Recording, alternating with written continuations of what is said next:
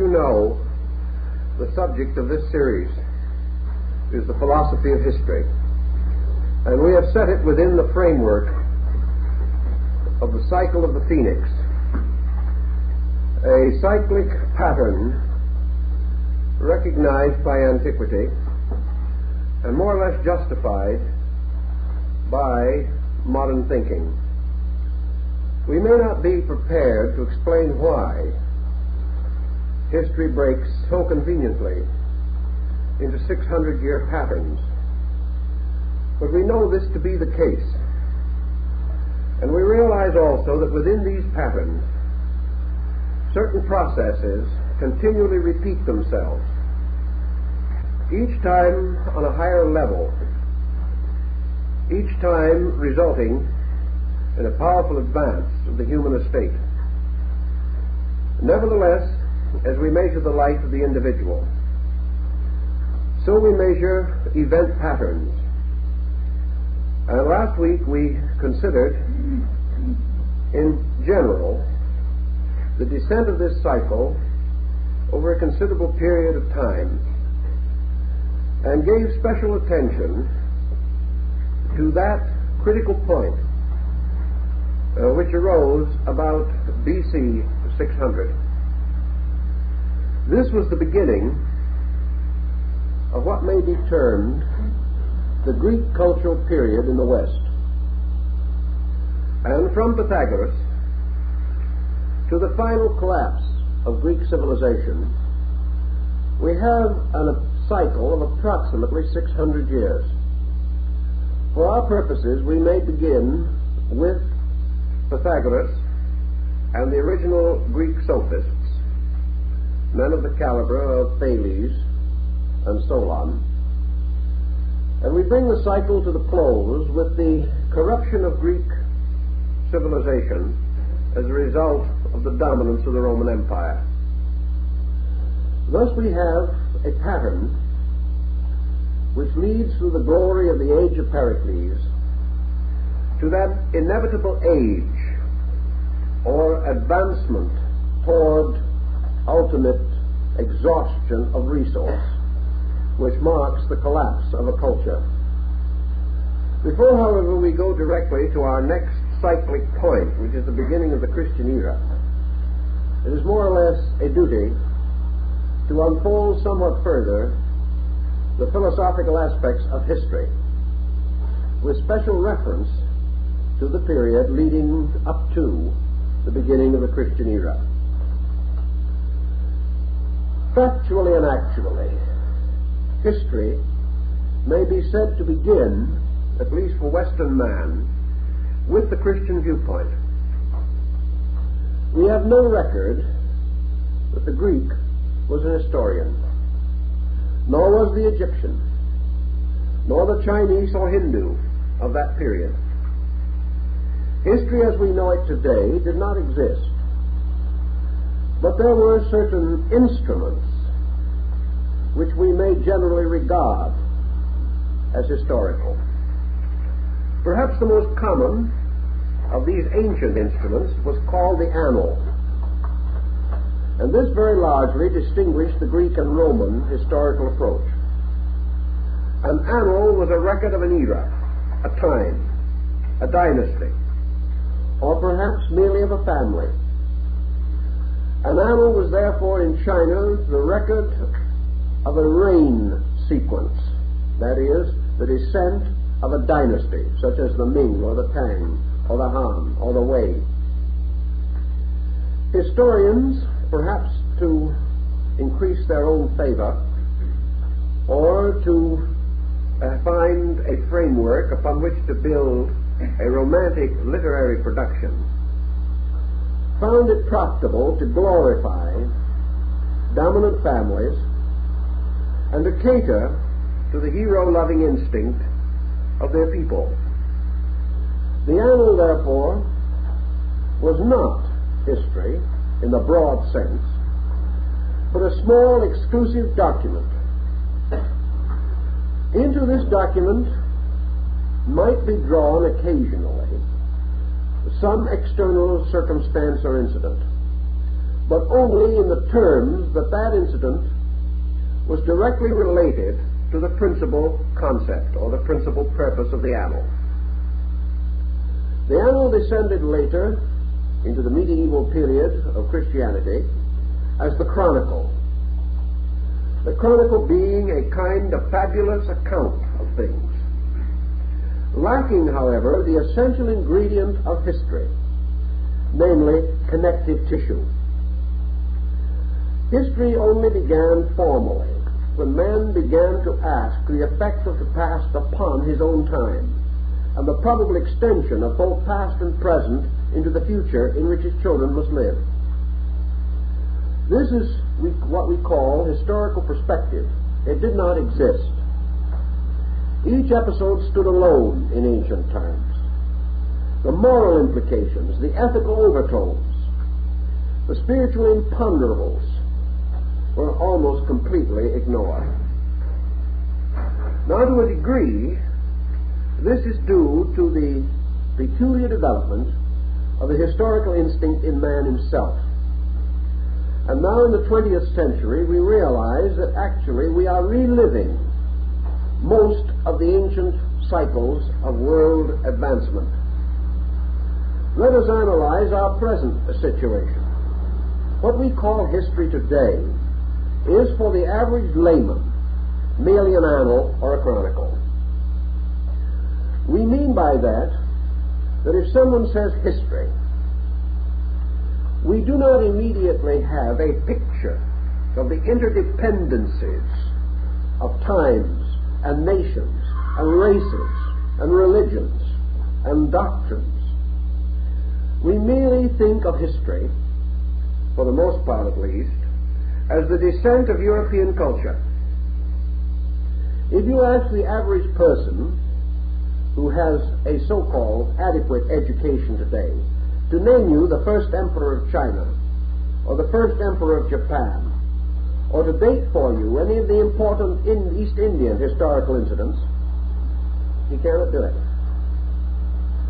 He cannot do it because he has not approached history except in the terms of its direct relationship upon the way of life in which he now lives. Today, for us, history is primarily American history.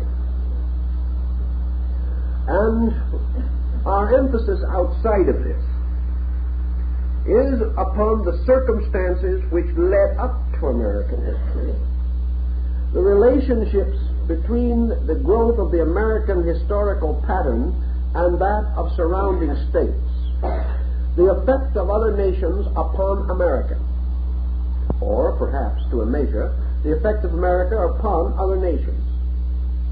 But our point of view is essentially provincial, our own. And outside of this point of view, we have an instinctive inclination to depreciate the cultural existence of other peoples. Perhaps we frankly acknowledge that we do not know much about these subjects. Consider, for example, our knowledge of literature. We are well read, for the most part, in European and American literature, comparatively illiterate in the literature of any other people. Our only real source of ancient literature is the Greco-Roman complex. Today we can quote perhaps an occasional line from Homer, or perhaps meditate upon some wisdom of Cicero. But we cannot quote a line from the Zenda Vespa. We cannot quote a line from the Tables of Sargon. Yet these other documents are, in terms of holistic history, just as important as anything that we have recorded. It is simply that we are still largely in the era of the annals. To us, the story of history is the story of how we arrived at our present situation. And while this remains, we cannot be said to have an essential or sound philosophy of history. Somewhere in this pattern, we realize that the prejudiced historian must always fail. And any group of historical projects which receive the supreme prejudice of national emphasis, must, to a measure, prove unsound. Here we have the greatest temptation to distort, to protect and preserve the appearance of our own virtues, and to sacrifice, if necessary, other factors which are outside of the auric field of our historical intent. Thus we advance ourselves at the expense of others, and have therefore for centuries laid no foundation for our great need today, namely a one-world concept. We are unable to cope with it, simply because we have never been prepared for any such emergency. Yet in this world, there is a history in and of itself. History stands as a complete structure, independent of any nation, independent of any culture, for it is actually the record of the growth of man as a total being. Each generation can find itself in history, but no historical work which is limited by the perspective of generations can be truly history. This is the great deficiency which we find not only in our own perspective, but for the most part in the historical point of view of the ages which have preceded us. Thus we today have some popular histories that attempt an international viewpoint, such as the work of H.G. Wells. But unfortunately, we have not given the reading of these works a proper consideration due to the lack of preparedness in our own consciousness. We have come out of all kinds of historical reading with certain emphases, certain glamorized episodes, but we have not a truly historical perspective. Again, in the 19th century through literature, and in the 20th century through the medium of motion pictures and television, we have gradually come under another false historical point of view. We have developed what might be termed the heroic complex. We have taken individuals out of history, dramatized them, frequently misrepresented them totally, in order to compromise with the requirements of entertainment. We therefore produce pseudo-historical documents, which in themselves are a serious detriment to history, because they present situations not as they were, but in order to clarify the dramatic point of view of some individual situation or sequence. For instance, recent pictures dealing with great heroic families or outstanding dictators, generals, conquerors, are comparatively worthless simply because the facts are not correct and the historical perspective is totally distorted. A good example of this type of thing can be the average person's concept of the French Revolution. The only thing we think of is the Reign of Terror. The real perspective of this great struggle, from an historical, sociological point of view, we are unable to appreciate. Our knowledge of the French Revolution is built somewhat upon Dickens' great story of the Tale of Two Cities. Or perhaps our understanding of a certain level of French life is coined from the base metal of Victor Hugo's Les Miserables.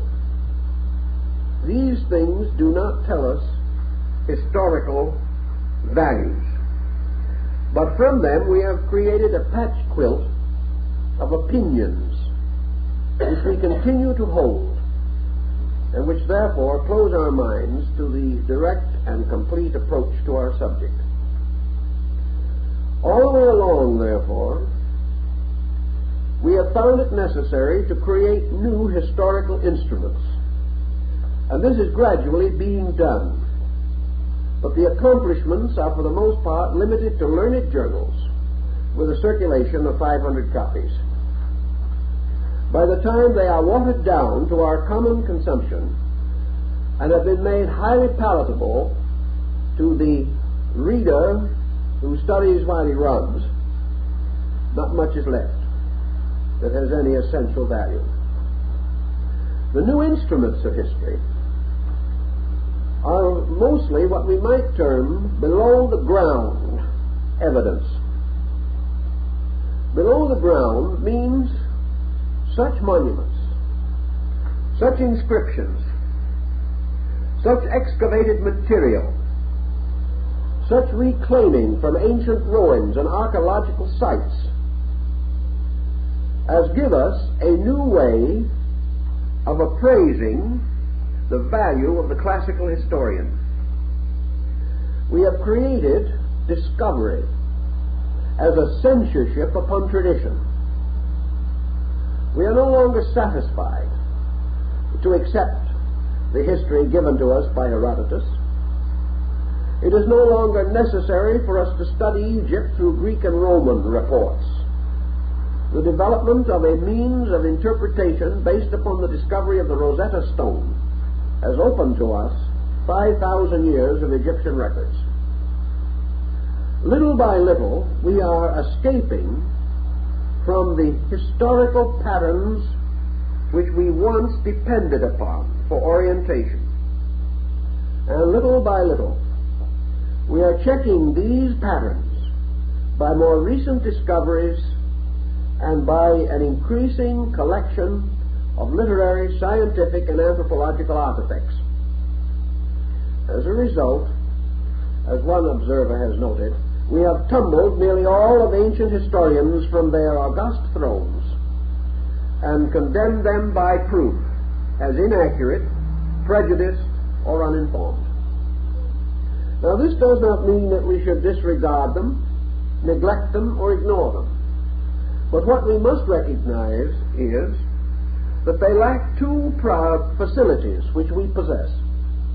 First, they had no means of general communication and transportation. They were limited inevitably to areas.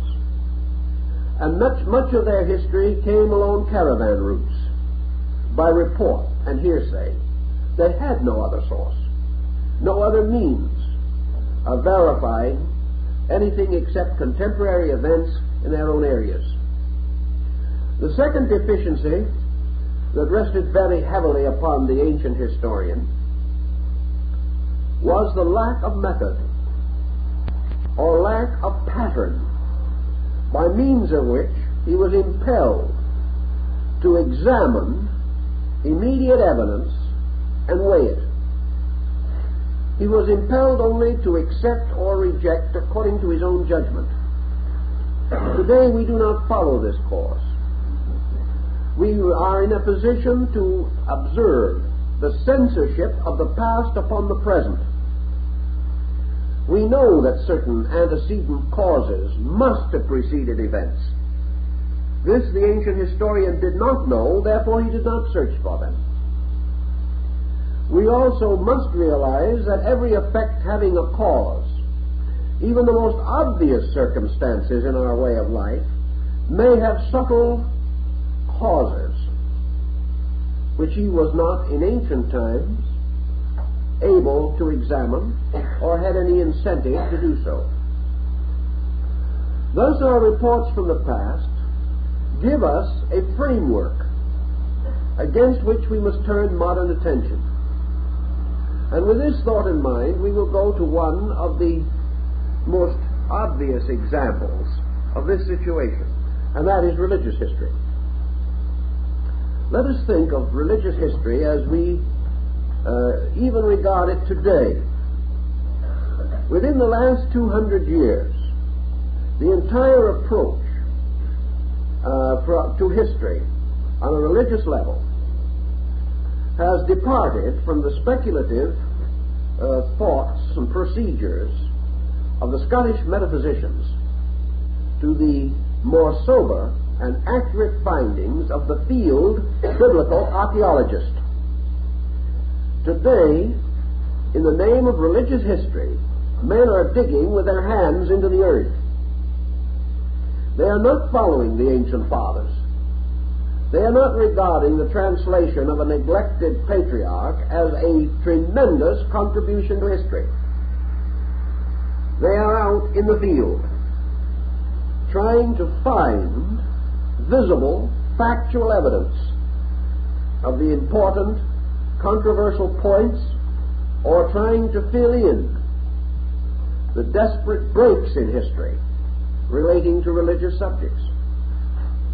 Thus, such a discovery as the Dead Sea Scrolls is in the spirit of modern religious history, in the spirit of religious archaeology. A few centuries ago, these scrolls would probably have been relegated to limbo. They would have been forgotten and neglected because they might have interfered with something. They might have changed our opinion. They might have stepped upon the toes of some prevailing orthodoxy. But today, scholars, both from theological seminaries and great colleges and universities of laymen, and belonging to many religious groups, are searching desperately for new and better meaning, and stand perfectly prepared to admit that while religion may be a revelation, religious history is not. It is an accumulation and depends upon increasing discovery for its ultimate accuracy. This difference in perspective also points the way to many things that we all should know about. Factually, we are completely ignorant of many of the most interesting episodes in American history. We have accepted certain texts. We have never questioned them. We have thought of the American history as the story of independence. It is not. It is the story of a people striving for independence. And until we discover this, we have not discovered American history. American history is not a problem of trying to whitewash patriots or tear them down. One group is afraid of heroes, and the other group is afraid to lose any of them. The facts remain that history is the story of average persons fighting their way toward goals, to a degree average, but above those previously attained. So with these patterns to consider, let us now approach the historical perspective with which we are concerned this evening. The circumstances, historically, philosophically considered, involving this critical period in the great Phoenix cycle, which we call the beginning of the Christian era. The beginning of an era is always the end of an era. These two must inevitably come together. Something must cease, decline, or fall away from dominance, if another factor is to ascend and attain dominance. Just as in the motion of the generations of men, the rulership of the world rests with a generation for perhaps 20 years. Then that generation gradually fades away, and rulership passes to another generation. The motion is so imperceptible that we are hardly aware of it. But continuance, as we know it, is a continual ending and beginning, a continual falling away and a building up, a continual process of the creation of a vacuum and then the filling of that vacuum by natural laws flowing in and taking the place of that which has departed.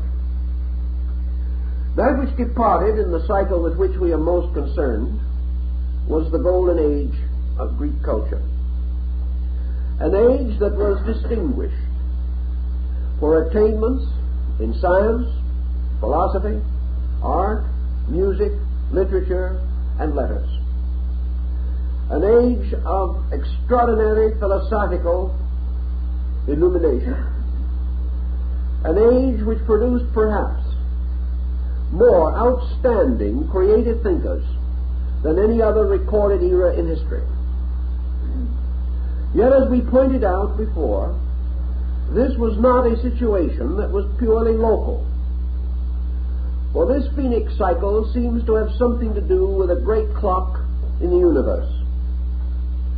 For that which was occurring in the Grecian culture was paralleled by extraordinary and important changes in other parts of the world. The rise of Taoism and Confucianism in China, the great Buddhistic reforms in India, the restoration of the Avestic tradition in Persia. These events were paralleling those which were occurring in the Mediterranean area. Now, as we go forward 600 years, we see in the Grecian states philosophy deteriorating away under the pressure of great problems of utility. The rise of the Roman Empire disturbed many aspects of man's culture. In one way, for example, it disturbed leisure. In another, it presented man with one of the first great expositions of the problem of the victory of brute force over morality and culture. It forced man to assume that good could not vanquish evil unless good was also stronger than evil. Stronger in the sense that good was supported by better human beings and more of them than evil. The philosopher could be taken out into the arena and fed to the lions by a despot. The greatest poet could starve to death. The great scholar could live and die neglected. And a comparatively worthless patrician could enjoy all the advantages of living. It was a period of disillusionment in which man was losing faith in the great theoretical concepts which he had concerning the operations of natural law. Theories, given opportunity of application, were not able to demonstrate their immediate utilities. Socrates was a good and wise man, and he was poisoned by the Athenians as a reward. Aristotle was a great and learned man. He was banished. One by one, those who were devoted to truth found themselves confronted with an adamantine wall of error. They discovered that power was moving gradually into the hands of aristocratic minorities or into militaristic sects. It is the same concept that is described of the philosopher when the king Minos showed him his treasure houses. The philosopher said to the king, "You have more gold than anyone in the world, but you will lose it to the first man who has better iron." This was what the classical world was discovering. It was learning by the terrible example of the Roman Empire that what we term materialism was a fact to be reckoned with. That it was not merely the minority conception of a few selfish persons, but that it had a tremendous hypnotic power over all people, and that against it only the strongest and the firmest could stand, and they stood alone. This decision, this conclusion, might never have come upon Mediterranean culture had it not been that a highly cultured people, the Greeks, were conquered by a comparatively uncultured group, the Romans. The Greeks also had the spectacle of observing that the iron of Rome not only toppled over the altars to the philosophic gods of Greece, but also toppled over the altars of 100 religions.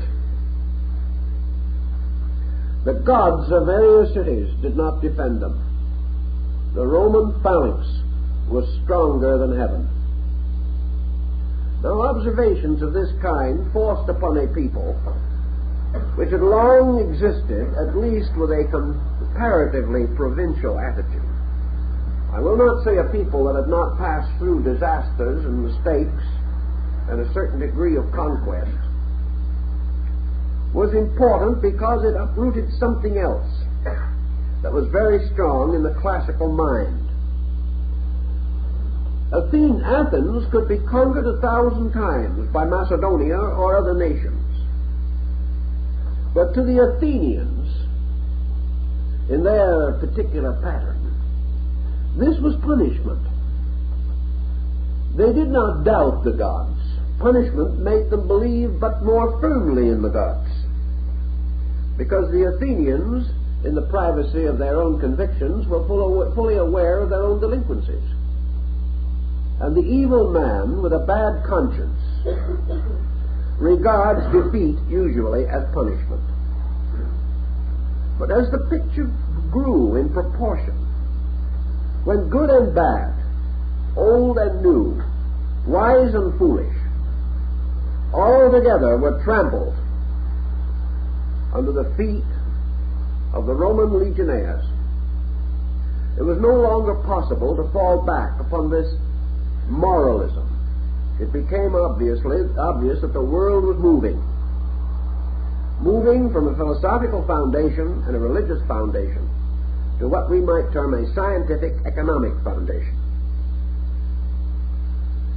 The Greeks themselves probably began to understand why this had happened, but they could not check the momentum. For 300 years following the zenith of the Periclean period, there had been a gradual division in knowledge. By degrees, knowledge as science was divided from knowledge as religion. Philosophy was held in a kind of abstract aloofness. It was a kind of ancient and wise ancestor. But younger philosophers began to build bridges and roads. They began to seek outlets upon practical levels, and they also became conscious of the need for an economic reward for the various activities. By degrees, state control of religion gave place to private worship, and the advancement of religious and philosophic systems passed into the keeping of individuals. Immediately, of course, they began to fail, because the individual was not sufficiently unselfish to support them. All these elements together terminated in a grand disillusionment. A disillusionment which caused philosophy to stand and recite its own obituary over the ashes of a magnificent era. An era in which immense progress had been made. But this progress was now passed from its original keepers to those who would use it and abuse it for their own ends. It was no longer possible to control knowledge. It was no longer possible to keep the secrets of higher learning from the corrupt. Any strong man could seize the college or the temple, and could, if he so desired, pillage it, destroy it. or twist its curriculum or its creed to his own advantage. Egypt reports the same thing. Now let us go to the other side of the world and see what was happening. The beginning of the Christian era marks the end of the philosophic era of Taoism. Approximately the year 40 or 50 A.D., Taoism ceased to be a philosophy in China and verged toward a state theology. Your Taoist philosopher, your scholar, the man to whom Taoism meant the personal experience of God through tremendous discipline upon self, this philosopher disappeared almost completely from the descent of the subject. In its place emerged Taoistic theology, very largely derived from certain aspects of indigenous Chinese religion and Buddhist ritualism. We now have the Taoist believer who through prayers and relics believed that he could preserve his own soul. It was now a problem of Taoism carrying the people. It was no longer a problem of a man gradually coming to merit enlightenment, to earn his own salvation. Salvation must come to him easily, in ritual, formula, mantra, or through some strange magical means. For magic, as an escape from labor, was always an interesting possibility.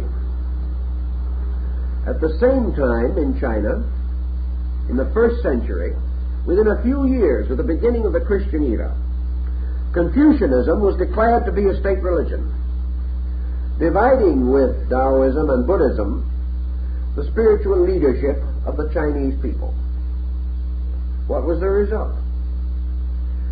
The great ethical code of Confucius, a very severe code, depending for its validity upon the conscientious conduct of the individual, began to drift into oblivion.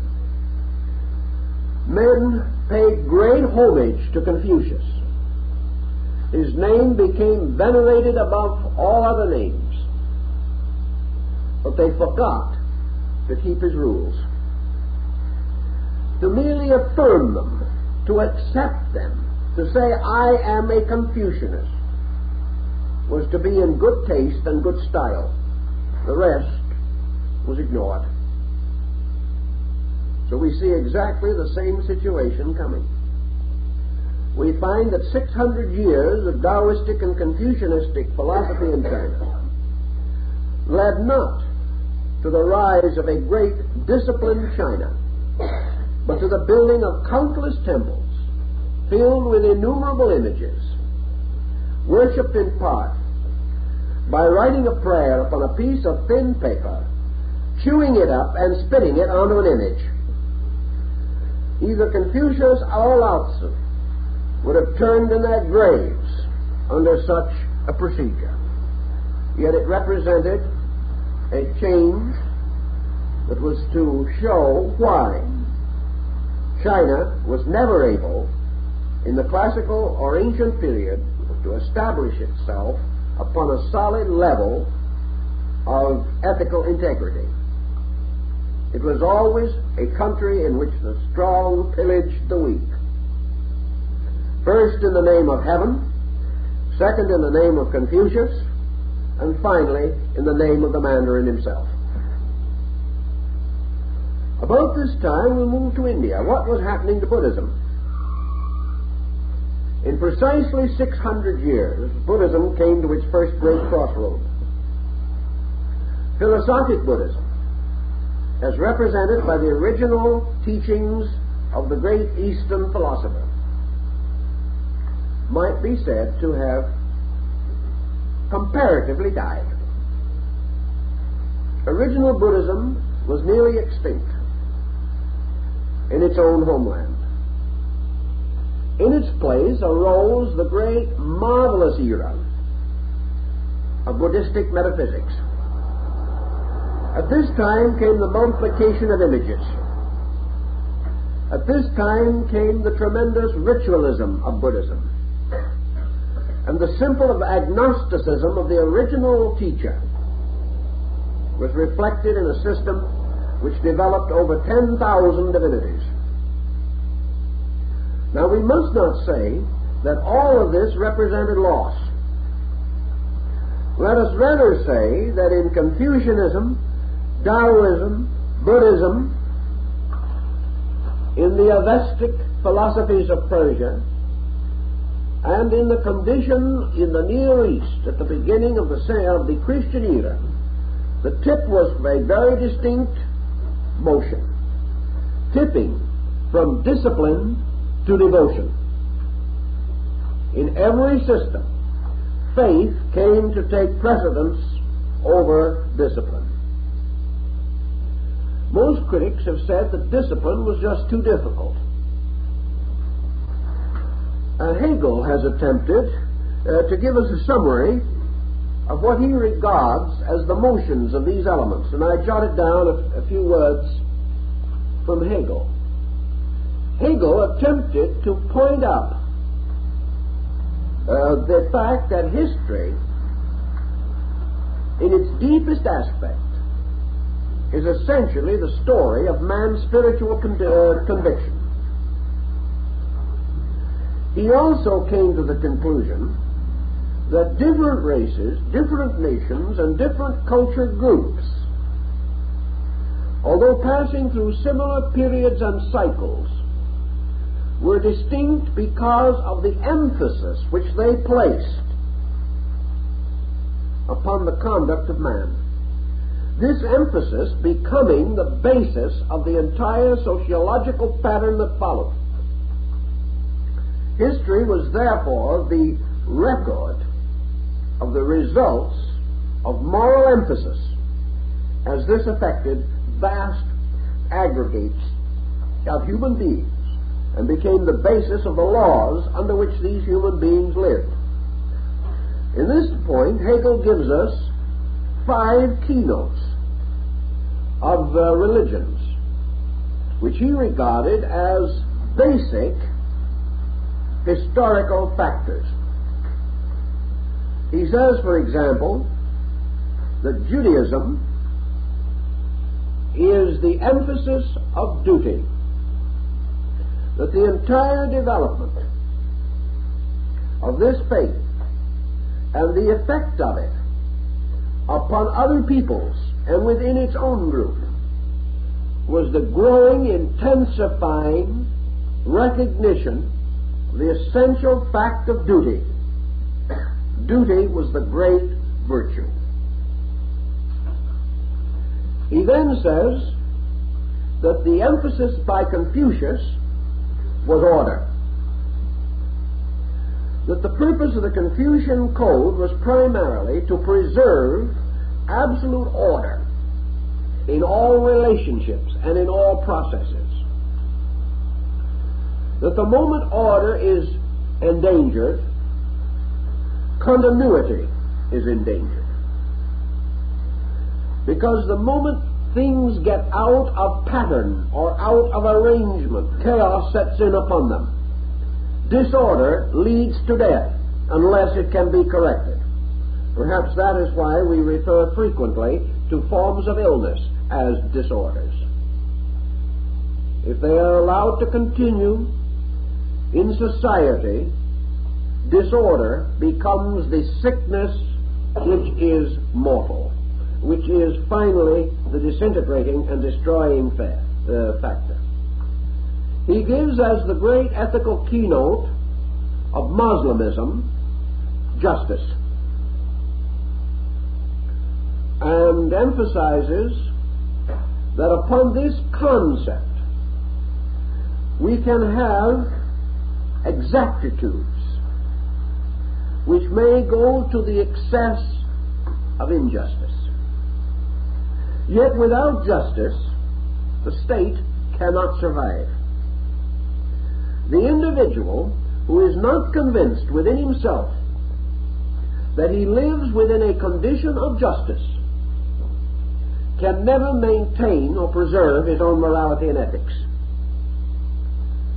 For that reason, the moment a cultural group or a social order becomes delinquent, it accuses its leaders of injustice or exonerates its own by them. Thus, the moment leadership becomes unjust, followers become equally unjust in their relations to each other. And this ultimately destroys the moral, ethical fabric of a people. Hegel, in an interesting enough way, gives us the keynote of Buddhism: patience. And he regards patience as the key word to Eastern history. Patience is a very great virtue, unless it leads to inertia. A patient man is not one who is dead, nor one lacking in incentive, or lacking in the imponderables of effort. A patient man is one who has learned within himself one undeniable fact, namely, that you can hasten nothing beyond its natural speed. Impatience leads to injustice, for it attempts to exaggerate the pace of things, or becomes dissatisfied at the slowness of achievements, or attempts to force that which can only be accomplished by growth from within itself. Thus, patience is a great and powerful thing, and history is a valid record of the ultimate victory of patience, inasmuch as all good things have been of slow maturing, but have consequently endured long. Hegel then gives us, as his final group classification, Christianity as the emphasis upon the concept of love. Now, he himself points out that without a sense of duty, without law and order, without justice, and without patience, there can be no love. You cannot have true love apart from all these considerations. Therefore, he is perfectly willing to accept that history is the record of the meeting, dividing, reunion, blending, synthesizing of these great streams, and that what we call modern man has inherited these 5 great social concepts, and that these concepts, in some relationship, in some pattern, either separately or together, constitute the impulse which results in history.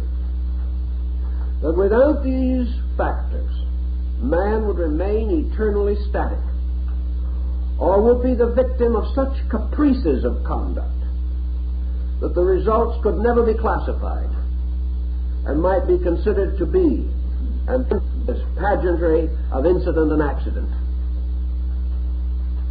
Now, we said earlier that with Christianity began the basic concept of history, for the reason that in Christianity for the first time was clearly enunciated the doctrine that creation and the descent of created things, particularly as outlined in the Old Testament, stood clearly to indicate the unfoldment of a divine purpose through a series of connected incidents which must lead ultimately to the regeneration and perfection of creation. Thus we may say, for the first time, the grand archetype of all occurrence, all incident, all circumstance, being part of something. This archetypal vision is found, for example, in the history of Eusebius. Truly, at that time, and later in the historical morality of St. Augustine, there was no great attempt to break away from the biblical descent of history. The early church historians were not interested in Egypt, except for the interludes of Joseph and Moses, or perhaps the flight of Jesus into Egypt. Egypt, as itself, was only part of a framework.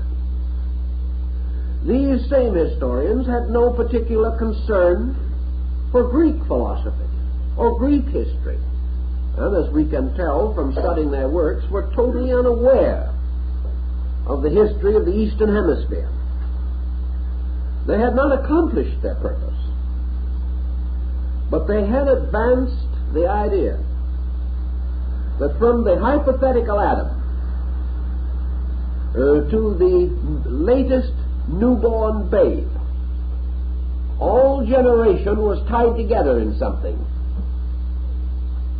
that it was an unfolding of a divine plan. Today, the modern man will probably resent in some instances this reference to divine plan, but he maintains the same concept when he thinks of history as the sequential unfoldment or evolution of life. For he causes evolution to stand for the progressive development of a plan or a pattern, or the gradual unfoldment of life from something, through something, to something. In this way, the Medes and the Persians are rescued into the life of modern man.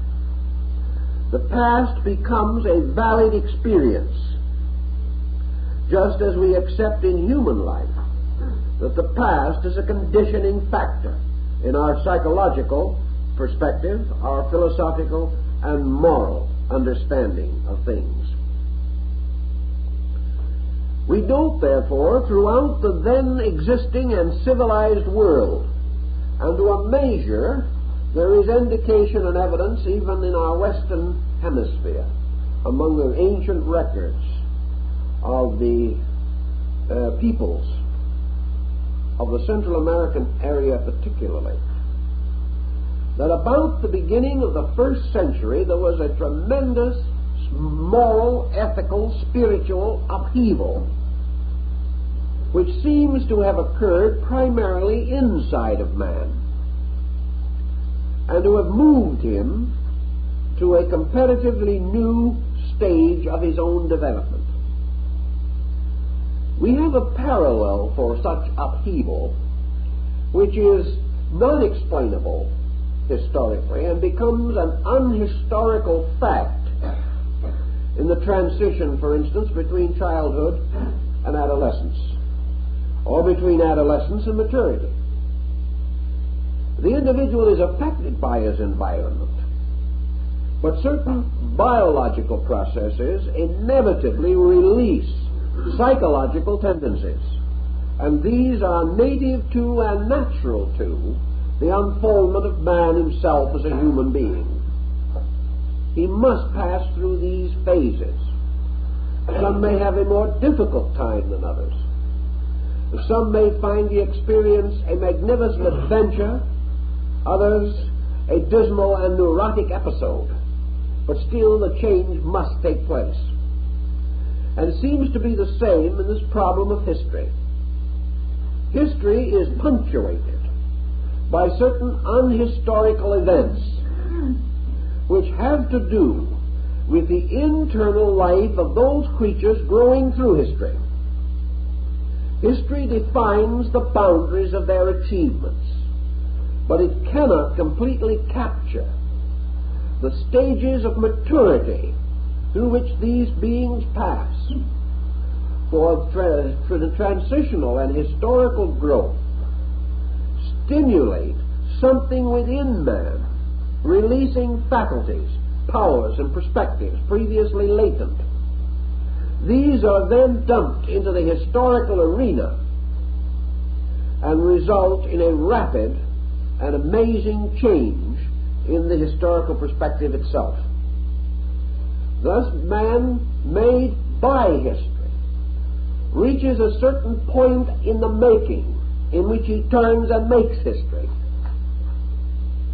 Then, having made history, he falls into the pattern which he himself has created, may become the victim of it, may ultimately become decadent by clinging to pattern, and then after a certain length of time finds himself again being fashioned by history, rebelling and becoming once more a creator of history.